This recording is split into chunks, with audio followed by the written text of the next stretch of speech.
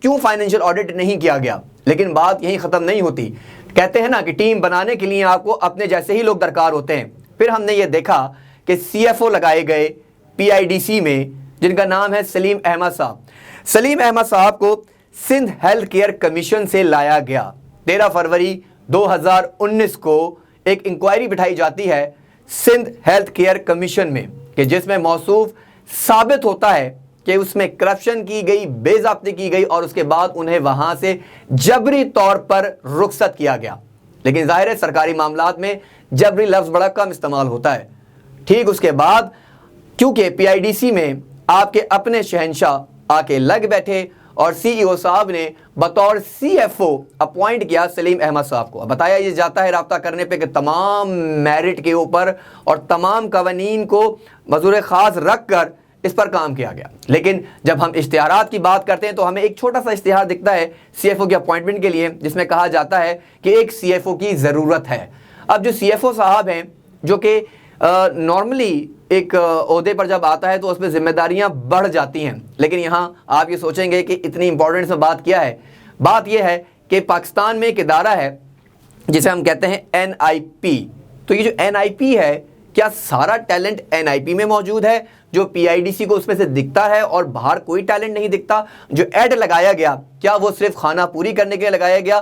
آخر CFO کی appointment کے لیے، کوئی بھی اپوائنٹمنٹ کے لیے جب کوئی ایڈ دیا جاتا ہے تو کیوں سرکاری ادارے کا نام نہیں لیا گیا ایڈ میں؟ کیوں نہیں بتایا گیا کہ کس کے لیے اشتہار دیا جا رہا ہے؟ کیا ایسی مجبوری تھی کہ جس میں PO باکس ڈال کر لوگوں کی توجہ ڈائیورٹ کی گئی اور پھر اپنے من پسند لوگوں کو اس عہدے پر لگایا گیا؟ CFO جو کہ اس وقت NIP میں بھی بطور جو ہے وہ ایڈیشنل چارج لے کے بیٹھے ہوئے ہیں، وہ وہاں کی سے بھی تنخواہ لے رہے ہیں اور موصوف یہاں سے بھی تقریباً 5-5.5 لاکھ روپے سیلری لے رہے ہیں. لیکن بات میں پھر کہہ رہا ہوں یہاں پہ بھی ختم نہیں ہوتی ہے، کیونکہ جو مانیٹائزیشن کے تحت کی جیسے میں نے پالیسی کی بات کی، جس کی دھجیاں خود چیف ایگزیکٹو صاحب اڑا رہے ہیں، تو CFO صاحب کیسے پیچھے رہ سکتے ہیں؟ اسکرین پر اس وقت جو گاڑی چل رہی ہے جس کا نمبر ہے GPA 978، یہ گاڑی ہے، اور یہ گاڑی جو کہ اس وقت 1600 cc ہے، جبکہ اجازت مانیٹائزیشن پالیسی کے تحت یہ ہے کہ 1300 cc استعمال کرنی ہے.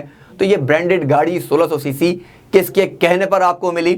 اور جو لوازمات آپ NIP سے لے رہے ہیں وہ بھی آپ کے خزانے میں جا رہے ہیں، آپ کے اکاؤنٹس میں جا رہے ہیں، اور PIDC میں بھی جا رہے ہیں. PIDC میں بے ضابطگیاں بڑھتی جا رہی ہیں. یہ وہ منسٹری کے انڈر میں ہے جس کا کام ہے کہ وہ اداروں کو اپنے پیروں پہ کھڑا کرے. تقریباً 9 یونٹس ہیں، اس 9 یونٹس کے نیچے تقریباً 94 یونٹس ہیں جن کی سپرویژن حماد اظہر صاحب بطور وزیر کر رہے ہیں. لیکن جب سوال پوچھے جاتے ہیں تو پھر دوبارہ سے دھمکیوں کا سلسلہ شروع ہوتا ہے، دوبارہ سے پھر کہا جاتا ہے کہ ہم میرٹ پر کام کر رہے ہیں. میں آج ایک سوال یہاں چھوڑے جا رہا ہوں، اس کے ساتھ مزید تمام شواہد کے ساتھ آؤں گا. کہ تمام پیپر، کہ تمام شواہد اس وقت میرے ہاتھ میں ہیں.